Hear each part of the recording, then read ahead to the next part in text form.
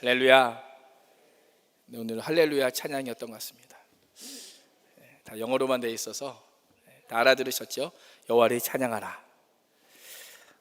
제가 질문 한 가지 하겠습니다. 성도에게 있어서 인생의 전성기가 위험할까요? 아니면 인생의 침체기가 위험할까요? 어느 때가 위험할 것 같습니까? 인생의 전성기가 위험합니다. 인생의 침체기에는 성도라면 당연히 하나님께 기도하고 울부짖고 엎드립니다. 그러나 인생이 잘 나갈 때, 흔히 말하는 돈이 따라오고 사람이 따라오면 내가 원하는 것은 뭐든지 할 수 있다라고 하는 생각에, 그런 착각에 빠져서 때로는 위험한 길을 걷게 됩니다. 오늘 말씀을 보면 험난한 시절을 보낸 다윗이 인생의 전성기를 맞이하게 됩니다. 사무엘하 23장에 보면 다윗을 따르던 용사들의 이름이, 수많은 사람들의 이름이 기록되면서 다윗이 얼마나 그 인생의 전성기를 맞이했는지를 우리에게 알려주고 있습니다. 그리고 곧장 이어서 나오는 사무엘하 24장에 보면 다윗의 통치 말년을 기록하고 있습니다. 인생의 힘든 시기도 많았지만 하나님의 은혜로 그 통치 말년에 화려한 전성기를 다윗은 보내고 있었습니다. 그 인생의 전성기가 계속되자 다윗은 한 가지 일을 계획합니다. 그 일이 무엇이냐면 우리 1절 말씀을 같이 한번 읽어보겠습니다. 사무엘하 24장 1절 말씀입니다. 시작. 여호와께서 다시 이스라엘 향하여 진노하사 그들을 치시려고 다윗을 교통시키사 가서 이스라엘과 유다의 인구를 조사하라 하신지라. 아멘. 한 가지 일이 무엇입니까? 이스라엘의 인구를 조사하는 것입니다. 오늘 말씀을 잘못 이해하면 하나님께서 다윗의 감정을 흥분시키고 인구 조사한 충동을 갖게 하셔서 결국은 진노하시는 하나님이시다라고 우리가 잘못 이해할 수 있습니다. 같은 내용을, 같은 사건을 기록하고 있는 역대상 21장 1절 말씀을 보면 이렇게 기록하고 있는데요. 우리 화면에 보시고 역대상 21장 1절 말씀을 같이 한번 읽어보겠습니다. 시작. 사탄이 일어나 이스라엘을 대적하고 다윗을 충동하여 이스라엘을 계수하게 하니라. 아멘. 화면을 다시 한번 잘 보십시오. 사무엘 하에서는 어떻게 기록되었냐면 하나님께서 이스라엘을 치시기 위하여 다윗을 격동시키셨습니다. 그런데 역대상의 말씀을 보면 사탄이 일어나서 이스라엘을 대적하고 다윗을 충동질하였다라고 말씀합니다. 똑같은 사건인데 사무엘 하에서는 하나님이 그 일을 행하셨고, 또한 역대상에서는 마치 사탄이 그 일을 행한 것처럼 보입니다. 뭔가 성경이 어긋나는 것처럼 우리 눈에는 보입니다. 이것을 어떻게 이해해야 되냐면 우리가 욥기 말씀을 보시면 사탄이 욥을 시험할 때 누구의 허락을 받습니까? 하나님의 허락을 받습니다. 하나님께서 허락하시자 사탄이 욥을 시험하기 시작합니다. 그와 같은 맥락으로 오늘 말씀을 읽어야 할 것 같습니다. 하나님의 허락이 떨어지자 사탄을 통해서 다윗의 인구 조사가 시작이 된 것입니다. 악한 마음을 가지고 있던 그 다윗의 마음을 하나님께서 사탄의 손에 그대로 내버려 두시고 그 일을 하도록 허용을 하신 것입니다. 그래서 어떤 학자는 이 모습을 어떻게 표현을 하냐면 하나님께서 다윗에게서 그 손을 치워버리셨다. 지금까지는 하나님께서 다윗이 하나님의 말씀대로 살아가도록 그 손을 붙잡고 계셨는데 인생의 말년에 하나님의 말씀대로 살지 않자 하나님께서 그 손을 치워버리셔서 다윗이 원하는 대로, 다윗이 하고 싶은 대로 하게 내버려 두셨다라고 이야기하는 것입니다. 제가 말씀드린 것처럼 사무엘하 23장을 보면 이미 성경은 다윗과 함께한 용사들의 이름을 기록하면서 다윗이 하나님 앞에서 얼마나 수고했고 얼마나 하나님 앞에 충성된 종이었는지를 이미 알려주고 있습니다. 그런데 다윗은 그것만으로 성에 차지 않았던 것입니다. 그래서 9절 말씀을 보면 그 다윗이 칼을 빼는 자의 인구수를 조사합니다. 인구조사의 목적이 분명합니다. 군대에 나갈 수 있는 숫자, 칼을 빼는 담대한 그 자의 숫자를 계수합니다.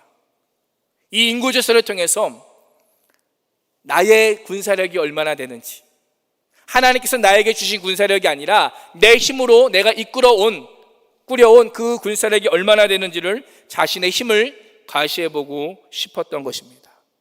그래서 다윗은 군대장과 요압을 불러서 단에서부터 브엘세바까지 이스라엘의 전형적인 지형을 나타낼 때 쓰는 표현인데요, 단에서부터 브엘세바까지 돌아다니면서 인구를 조사하라고 명령을 합니다.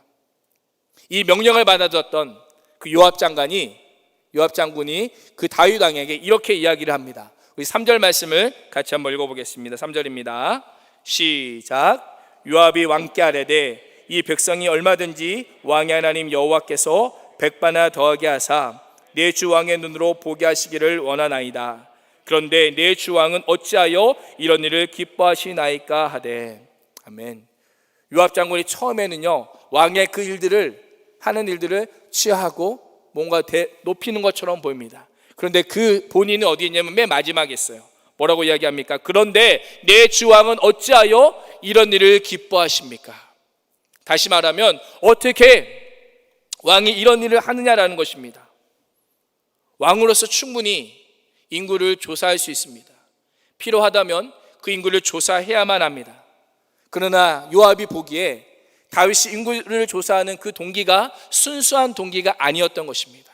하나님 앞에 교만한 마음이었고 또한 자신을 과시하고 싶은 마음이었음을 알았기에 왕에게 건의를 했던 것입니다. 요압의 말을 들은 다윗은 어떻게 했을까요? 오늘 말씀에 보면 멈추기는커녕 오히려 그것들을 밀고 나갑니다. 요압과 군대 사령관들을 재촉하기 시작합니다. 그리고 그 결과 무려 300일 가까이, 오늘 말씀해 보면 9달 20일 290일 동안 인구 조사를 진행하게 됩니다. 한번 생각해 보십시오.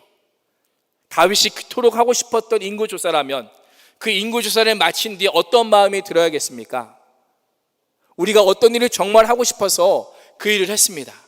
그러면 그 일을 하고 난 뒤에 우리 안에 어떤 마음이 들어야 될까요? 기쁘고 즐겁고 감사한 마음이 들어야 해요.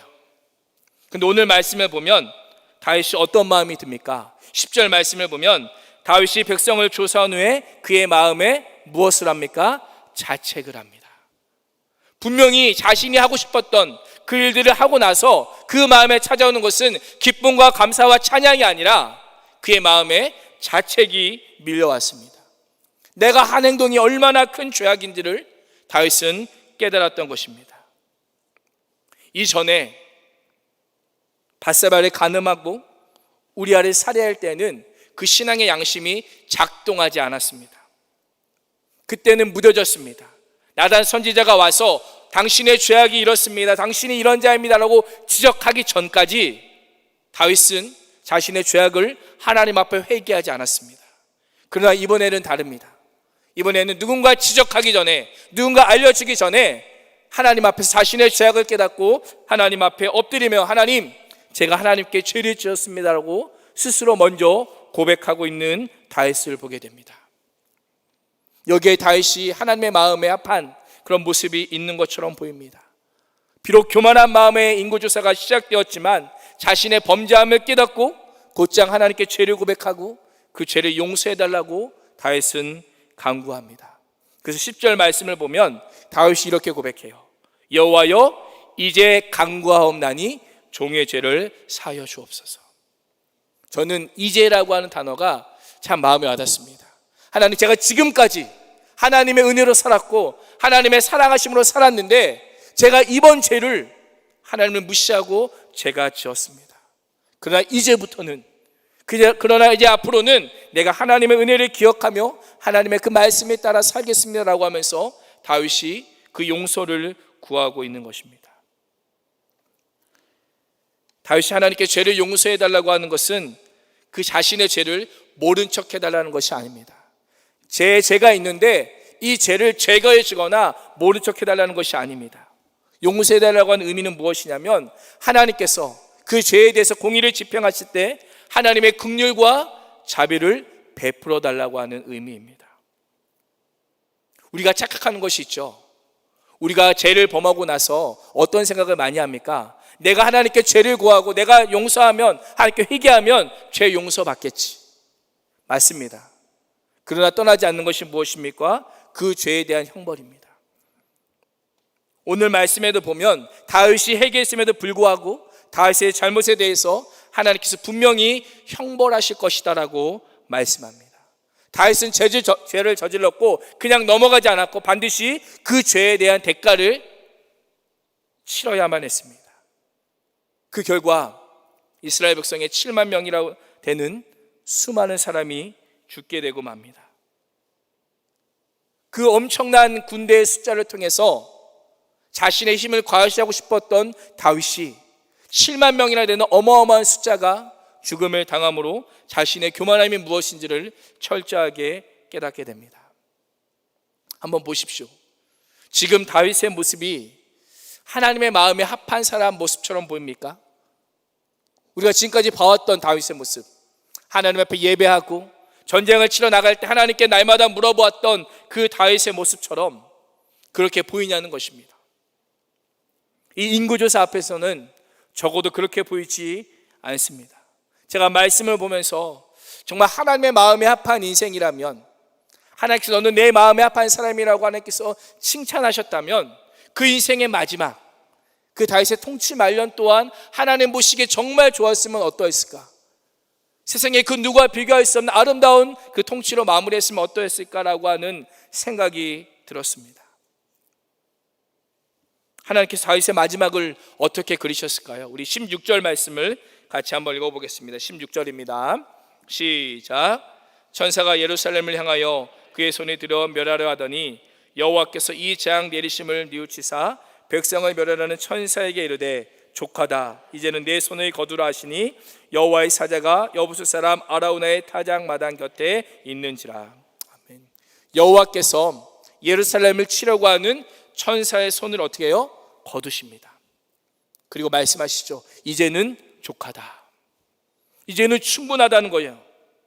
그리고 그 말씀, 하반절 말씀에 보면 여호와의 사자가 여부수 사람 아라우나의 타작마당 곁에 있었다라고 말씀합니다. 타작마당이 어떤 곳입니까? 알곡과 쭉정이를 골라내는 곳입니다. 좀 더 영적으로 해석한다면 심판이 이루어지는 곳, 알곡과 쭉정이라고 하는 심판이 이루어지는 곳이 바로 타작마당입니다. 그리고 18절 말씀을 보면 갓 선지자가 다윗에게 그렇게 이야기합니다. 여호와를 위하여 단을 쌓으십시오. 그리고 그 장소를 알려주기를 아라우나의 타작마당에서 여호와를 위하여 전을 쌓으십시오라고 갓 선지자가 알려줍니다. 아라우나의 타작마당은 어떠한 곳입니까? 제가 좀 전에 말씀드린 것처럼 천사가 손에 들어서 예루살렘을 멸하려고 할 때 하나님께서 그 천사의 손을 걷어가신 곳, 다시 말하면 엄청난 용서와 은혜와 사랑이 베풀어진 곳이 바로 아라우나의 타작마당입니다. 갓 선지자는 그 하나님의 용서와 은혜와 사랑이 선포된 그곳에서 다윗에게 단을 쌓으라고 말씀하고 있습니다. 그 말씀을 들은 다윗은 그 말씀에 순종하여 아라우나의 타작마당으로 갑니다. 그러자 아라우나가 다윗에게 그렇게 이야기합니다. 내 주 왕이시여, 어디든지 마음에 드시는 곳에서 제물을 바치고 제사를 드리십시오. 여기에 온전한 번제를 드릴 소도 있고 뗄나무도 있으니 제가 필요한 모든 것을 내어드리겠습니다라고 그 아라우나라고 하는 사람이 다윗이 제사를 드릴 수 있도록 옆에서 돕습니다. 이러한 도움을 다윗은 어떻게 했을까요? 24절 말씀, 24장 24절 말씀을 같이 한번 읽어보겠습니다. 시작. 왕이 아라운에게 이르되 그렇지 아니하다. 내가 값을 주고 내게서 살리라. 값 없이는 내 하나님 여호와께 번제를 드리지 아니하리라 하고 다윗이 은 50세겔로 타작마당과 소를 사고. 아멘. 다윗이 어떻게 고백합니까? 당신의 호의는 정말 고맙소.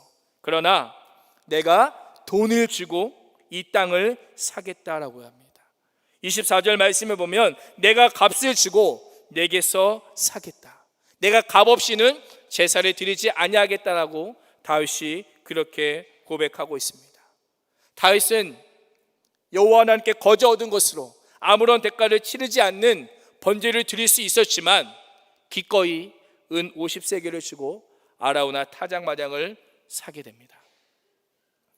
그것을 공짜로 받을 수 있으면서 불구하고 공짜로 받지 않고 비용을 지불합니다. 다윗이 무엇을 기억했을까요? 아마 하나님의 용서를 기억했을 것입니다. 지금까지 내 삶을 인도하시고 지금까지 이끌어오신 하나님의 은혜가 공짜가 아님을 다윗은 기억했을 것입니다. 좀 전에 인구조사라고 하는 엄청난 범죄를 저질렀을 그때에도 진노의 손길을 거두신 그 은혜가 거저가 아님을 기억하며 다윗은 은 50세겔을 지불하고 그 땅을 사게 된 것입니다. 하나님의 용서는 값을 지불하시는 용서입니다. 우리가 지금 받아 누리는 구원은 절대 공짜가 아닙니다. 우리의 구원은 값을 매길 수 없는 하나님의 아들, 그 예수 그리스도의 십자가의 은혜요 공로요 그 의의 결과로 우리는 구원을 누리게 되었습니다. 우리가 지금 은혜를 누리고 있다고 공짜라고 생각하십니까? 결코 공짜가 아닙니다. 예수 그리스도의 생명, 예수 그리스도의 피값이 지불된 은혜요 지불된 공로입니다. 다윗은 돈을 주고 값을 치르고 산 그 타작 마당에서 여호와를 위하여 번제를 또한 화목제를 드립니다. 그 결과 하나님께서 다윗의 기도를 들으시고 이스라엘에 내리는 재앙이 그치게 됩니다. 그리고 다윗이 제사를 드린 이곳에 훗날 하나님의 성전이 세워지게 됩니다.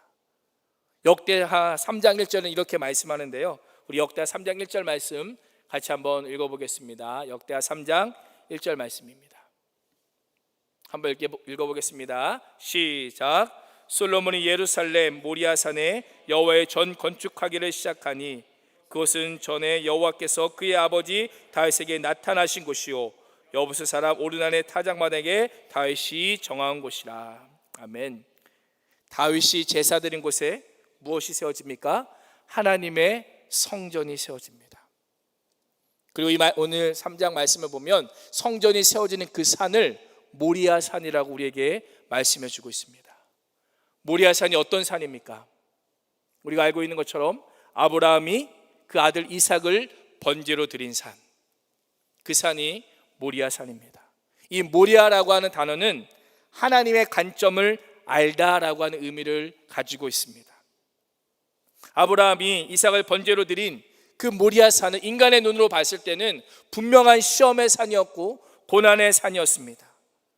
아브라함이 하나님의 마음을 알기 전까지는 그 자체가 고난이었고 고통이었고 또 오르기 힘든 그런 산이었습니다.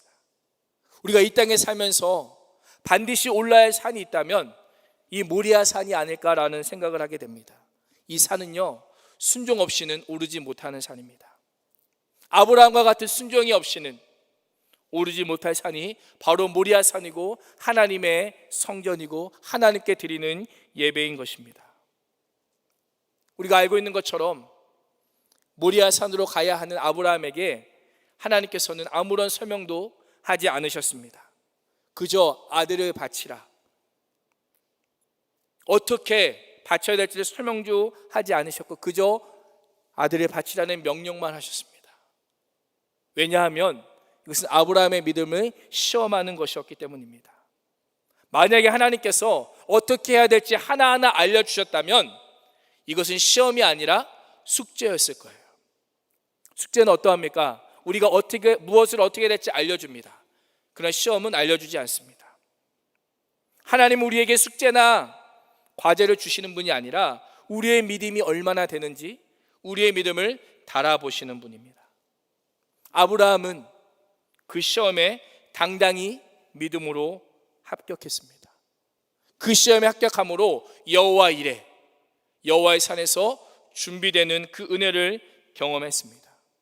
이 아브라함에게 있어서 이 모리아 산은 더 이상 시험의 산이나 고난의 산이나 고통의 산이 아니라 하나님의 관점으로 하나님을 새롭게 만난 그 산이었습니다. 하나님의 심정을 알고 하나님의 마음을 알았던 산이 바로 모리아 산이었습니다. 하나님의 마음과 하나님의 관점을 알고 하나님을 새롭게 만나는 은혜의 길은 다른 곳에 있지 않습니다. 하나님께서 지명하신 곳, 하나님께서 명령하신 그곳에 있다라고 하는 것입니다.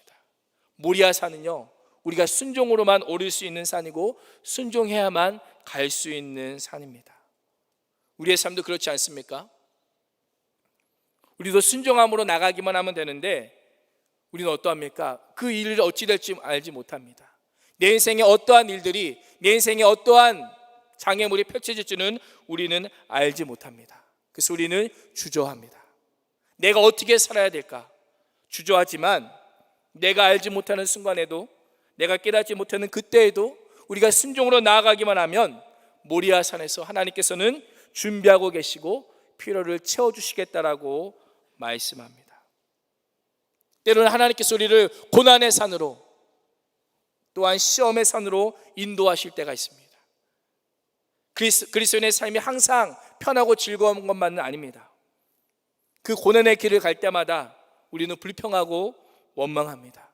하나님이 나를 죽이시려고 하는구나, 하나님이 나를 쓰러뜨리려고 하시는구나라고 우리는 그렇게 이야기하지만 하나님과 함께 우리는 순종의 산은 결코 고난의 산이 아니라, 시험의 산이 아니라 하나님의 관점을 알게 되는 그 산인 것입니다. 하나님은 모리아 산에서 아브라함에게 그 사랑의 고백을 듣기를 원하셨어요. 그래서 그 말씀에 보면 뭐라고 합니까? 내가 나를 사랑하는 줄 내가 알았다. 아브라함이 그 아들 이삭을 드리는 모습을 보고 하나님께서 내가 나를 얼마나 사랑하는지 내가 알았다라고 하나님은 말씀합니다. 그리고 성경은 분명히 여호와의 산에서 준비될 것이다라고 말씀합니다. 하나님의 마음을 알고, 드렸던 그 마음을 알고 여호와의 산에서 준비될 것이다라고 말씀하십니다. 우리가 놓치는 부분이 이거예요. 하나님께서 우리를 위해서 준비하시는 것은요, 우리가 아브라함이 그 이삭을 드리러 갈 때, 그 발걸음을 뗄 때 하나님께서 우리를 위해서 지금 준비해 주시는 게 아니고 어떻게 해요? 그곳에 올라가야만, 여호와의 산에 가야만 하나님께서 무엇을 어떻게 준비하셨는지를 우리는 알게 된다는 거예요. 그런데 우리는 그곳까지 가기를 두려워해요. 여호와의 산, 알지도 못하는 3일 길을 걸어가야 되는 그 산 가기가 우리는 부담스러운 겁니다. 그러나 성경은 분명히 말씀해요. 어디서 준비된다고요? 여호와의 산에서 3일 동안 그 순종의 길을 가야 합니다. 그곳까지 올라가야 하고, 때로는 고통이 있을지라도, 험난한 길이 있을지라도 그곳에 가야 하나님께서 무엇을 준비하셨는지를 알 수 있다는 거예요.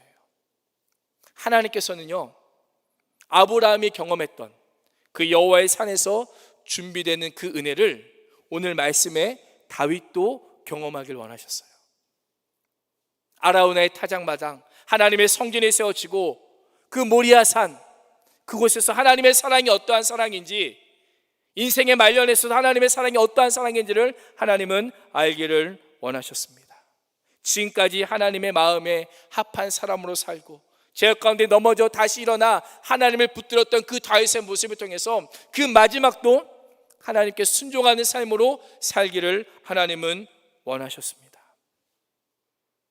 아무리 인생의 전성기라 할지라도 순종의 산을 기어오르지 않으면 우리는 무너질 수밖에 없습니다.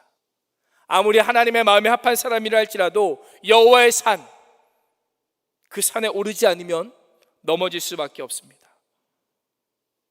우리가 순종의 산에 올라야 되는 이유는 다른 것이 아닙니다. 그 순종의 산에서 우리를 위해서 하나님께서 준비하셨기 때문이에요. 그 산에서 무엇을 준비하셨습니까? 어린 양을 준비하셨습니다. 아들 이삭이 아니라 그 어린 양을 통하여 번제를 드리게 하셨던 그 하나님의 은혜가 그 순종의 산에 있었던 것을 우리는 기억하고 있습니다. 그리고 그 모리아 산이 훗날 예수 그리스도께서 우리의 죄를 사하기 위해서 십자가에 매달리신 골고다 언덕이 됩니다.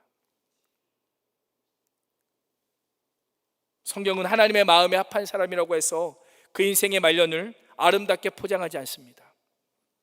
마치 위인전처럼 위대한 업적으로 마무리하지도 않습니다. 마지막까지 그 순종의 산에 오르지 않으면, 마지막까지 예수 그리스도의 은혜만 남게 하는 인생이 아니라면 그 인생을 무너뜨리고 그 인생을 하나님께서 다시금 시작하게 하십니다. 지금까지는 하나님의 손으로 사탄의 공격과 방해로부터 다윗을 하나님께서 막으셨다면 순종의 산에 오르지 못하고 교만한 그 다윗을 치시고 또한 그 손을 풀어버리셔서 하나님의 도움 없이는 결코 살아갈 수 없는 인생이 되게 하심을 알게 하셨습니다. 이 성경의 말씀은 다윗의 이야기, 다윗의 스토리가 아니라 하나님의 말씀입니다. 그 중심에는 예수 그리스도의 십자가와 죽음, 십자가의 은혜가 있기에 우리 인생의 마지막 순간까지 하나님의 마음에 합한 예배를 드리라고 우리에게 말씀하고 있습니다. 성경은 하나님의 마음에 합한 다윗의 인생의 말년을 통해서 우리에게 말씀합니다. 우리의 인생의 마지막까지 오직 예수 그리스도만 남게 하는 인생, 오직 예수 그리스도의 순종만 남게 하는 그 인생과 그 예배를 드리라고 우리에게 말씀하고 있습니다. 만약 그렇게 우리가 살지 않는다면, 그 길을 걸어가지 않는다면 오늘 다윗을 치시고 이스라엘을 치신 하나님께서 우리의 인생을 치실 수도 있습니다. 우리의 인생 또한 분명히 타작마작과 같은 그 심판대 앞에 서게 될 것입니다. 그때까지 어떻게 사셔야 되겠습니까? 아브라함이 순종했던 그 자리, 다윗이 교만함으로 범죄하고 제단에 쌓은 그 자리에 예수님께서 나의 죄를 위해서 십자가에 달려 죽으신 그 은혜를 기억하며 오늘도 우리의 삶 속에서 오직 예수 그리스도와 그 은혜만과 그 은혜와 그 영광만을 남길 수 있는 복된 인생이 되시기를 주님의 이름으로 축원합니다. 기도하겠습니다. 살아계신 하나님, 인생의 전성기에서 교만한 마음으로 하나님을